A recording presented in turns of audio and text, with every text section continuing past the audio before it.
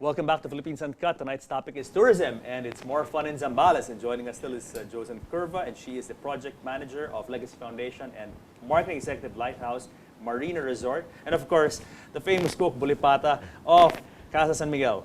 Yes, welcome back, Coke and Josen, to our third and final segment. Yeah. Very nice talk we had, and I want to talk now about social enterprise, because you mentioned you guys are getting into that, and I think it's a wonderful thing. And really, if you want to involve the community, empower them, you have to have social enterprise. Exactly. Right? Exactly. So I think well, the challenge for us in the beginning, because I was quite young. I was 28 when I put up Casa. So it was always art for art's sake, you know. And they always told me, "No, Coke, this will never work. You have to feed the stomach first before you feed the soul." You know? And we've learned that, although we've made some headway in terms of promoting the arts.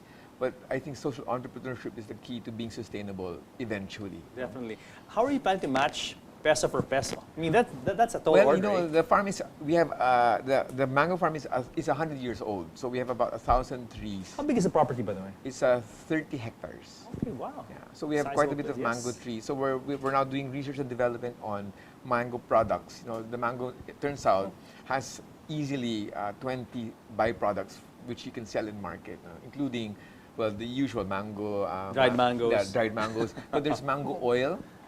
No, in the kernel, there's you can extract the oil, which is the #1 anti-wrinkle oil, Wow. which companies are looking for, and it's in demand all over the world. And only I think India is able to supply, but they're looking for the supply. So we're looking at ways to extract it Mango from oil. from the kernel. It comes from the kernel. Yeah, so Interesting. it requires like, I don't know, 100 kilos to generate 1 liter. Yes. So things like that, we're doing candies, we're doing mango puree, whatever we can with the mango. You know. What about helping your kids who show talent? What kind of assistance do you give them to turn their craft into profession? Well, we've done that, but like as we were speaking during the break, no, there's not really an industry that can really support a family in the Philippines. You know, when you still think of musician, it's still tumututog sa hotel. No, they go to the back door. Typical starving artist yeah. cliche, no? Yeah, and there's no real industry. In America, you know, they see you in the subway with a violin, they look up to you. Like a lawyer or like a scientist. But it really is hard to be an artist. It's not for everyone. Number one, it's not for everyone. Yeah. And it's not an easy life to make a profession out of being an artist. And it turns around, because as a child, you discover your talent, and it's just wonderful because it defines who you are. And the reason we go on with a program, you know, even though it doesn't provide really a lucrative livelihood, is because of its benefits to the children when they're young. No, it defines who they are. It gives them a lot of self-esteem. Character development. Yes, it's a huge part. But of course, you get into college and then you start to look for jobs, and you realize, oh my gosh, should I have done this or maybe become, you know, a doctor or an architect? So there is that problem that we have to face in terms of the program. Yes, and you know, I also follow the arts a lot. You know, patron of the arts, I support it. We Good, exhibits. great. No, definitely, I'm definitely a champion of the arts. And the thing is, I met a lot of artists, and the thing is, sometimes I notice, in general, artists, there seems to be a disconnect between the art side and the business side. Yes, and yes, then, yes.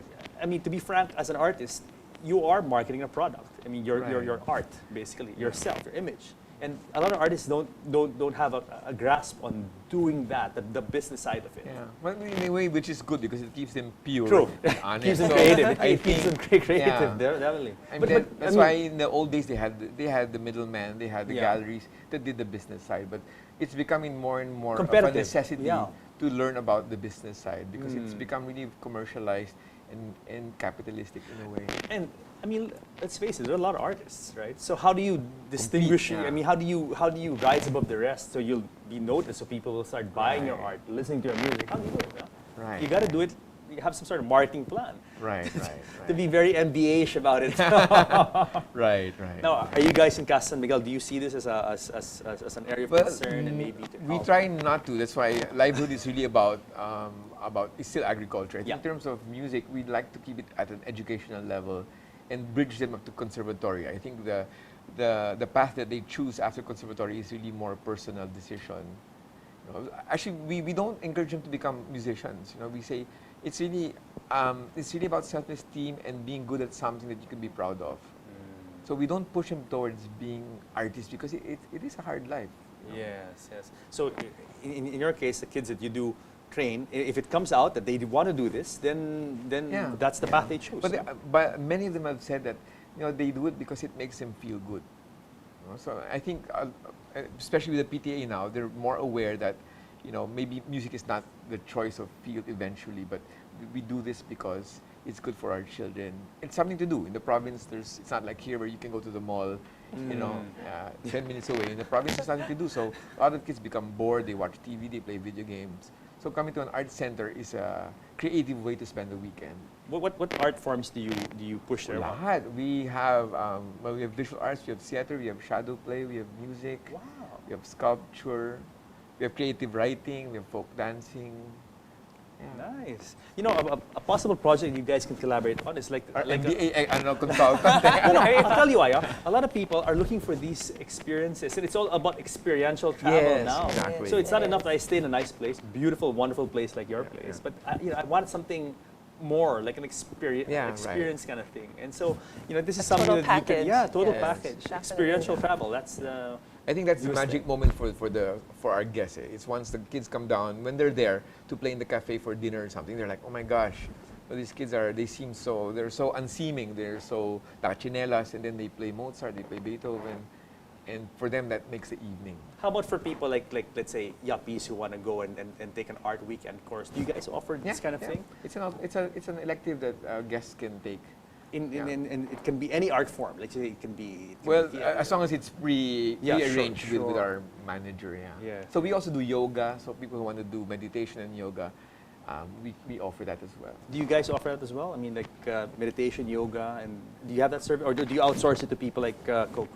Well, we sometimes outsource it to other people like Coke, but we also have other events like for Earth Hour, or for example, if it's during the Holy Week, we offer different kinds of activities that we feel that our guests will be looking for while they're away from the hustle and bustle. Right. So again, it's the whole total experience. And it's always a pleasure working with you. I learn so much from him all the time. Thank you, Joseph. And likewise. And then September, big event. You've got the ICC, right? International Coastal Clean. Are you guys involved in the art field with them? We haven't discussed anything yet. No, because arts is a very powerful medium for social change. Absolutely. Because it hits the heart. Art hits the heart. I mean, it sounds about art hits the heart. It really does. And that's the way to change the world. No? You get someone by the heart. No? Right. Are you planning to do something?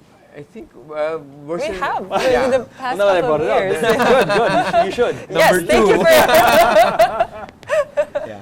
Well, Yes, we've looking just forward to finished that. our planning session, so we have environmental activity. So maybe that's one thing that we will look into.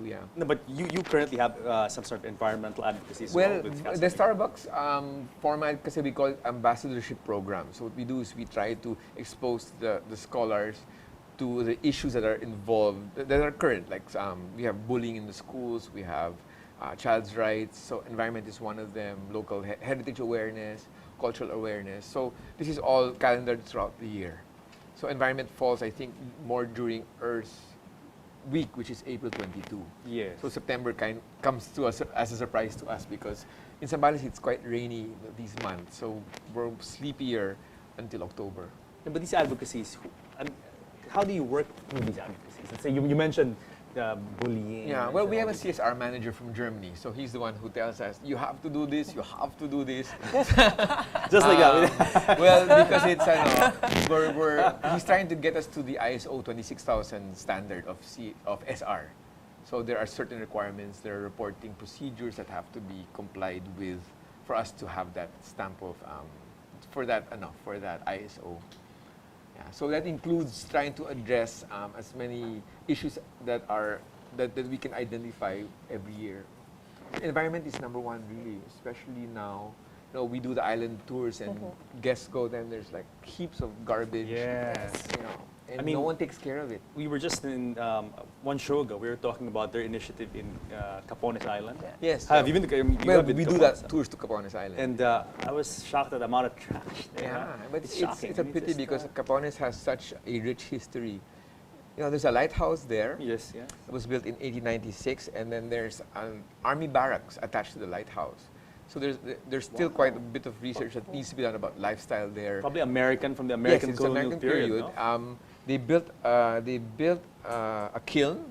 So every brick that was used to build the Was barracks made there? was burnt there. Yeah. Interesting. Did you know that? I found that out today. No. I mean, Yeah, it there's a lot looks of like a beautiful history there, island, right? yeah. It's kind of shaped like a corridor. Yeah, In a it's way, kind of like- like a tadpole Yes, thing. yeah.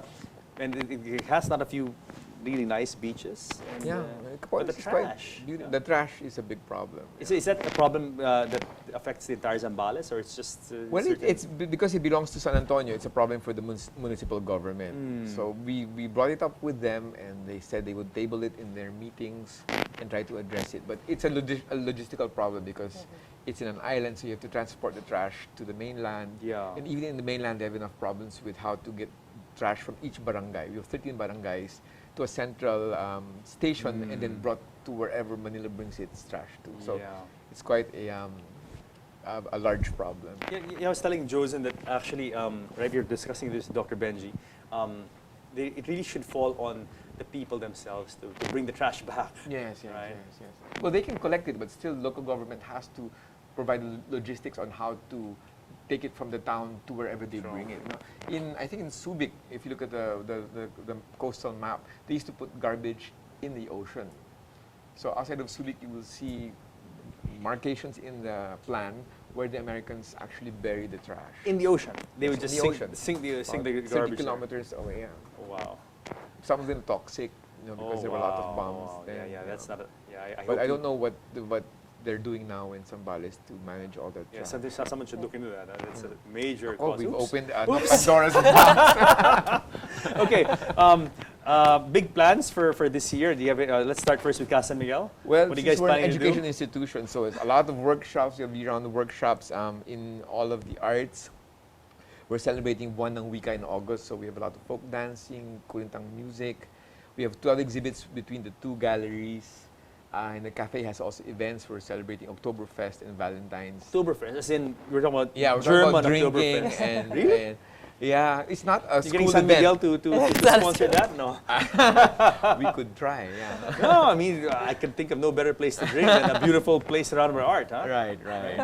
Oh, Yeah, nice. so mostly cafe events that are, customer based, like Valentine's dinner, I think the Oktoberfest, and then Foundation Day. Who goes to these events? Oktoberfest. Who goes all the way to Zambales? Like, Actually, is the it Manila cafe- folk or things Yeah, like it's a local folk. that? People from Manila? Yeah. Go there. Yeah. Nice. And we have a lot of Manila guests starting October, so when they're there, they become part of the activities. Lovely, lovely. How about on the side of island, Lighthouse Marina Resort? Well, plenty, but most notable ones, aside from our environmental efforts and projects for the International Coastal Cleanup in September, we also celebrate Oktoberfest.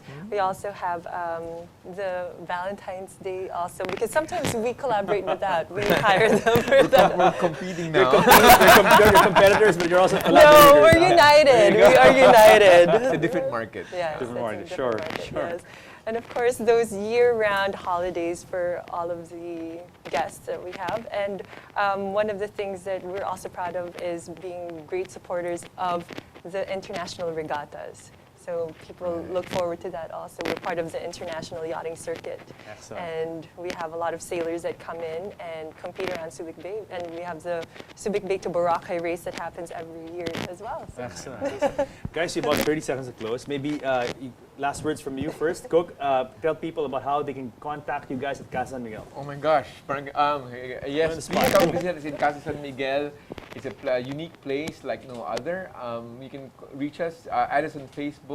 We are under Casa San Miguel. We are under Cuerdas and Cuadros Community Arts Program.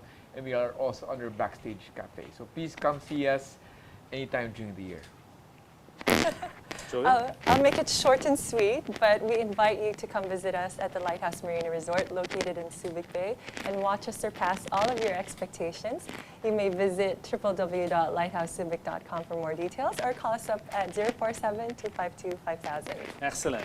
Guys, thank you for coming to the show and braving the Thank rains you and so coming all the way much. here. I really appreciate it, and definitely we will support Zambales tourism and you guys. And Yes, I can't please. wait to visit Casa San Miguel and of course, Lighthouse. Very soon, because definitely. he's going to join us. Definitely. I'll be there for the regatta. Actually, Yes. we're going to do the regatta. Recyclables regatta. Recyclables so regatta. Lots in store. We're going to be the last entrant, and the last entry, but we will hopefully win this. That's awesome. Thank you, guys. Thank you. Thank you so much. Guys, I hope you enjoyed our show on It's More Fun in Zambales. Join us again next week here on Philippines Uncut, where we talk about all the things that matter to you guys, because you guys matter the most. I'll see you next week.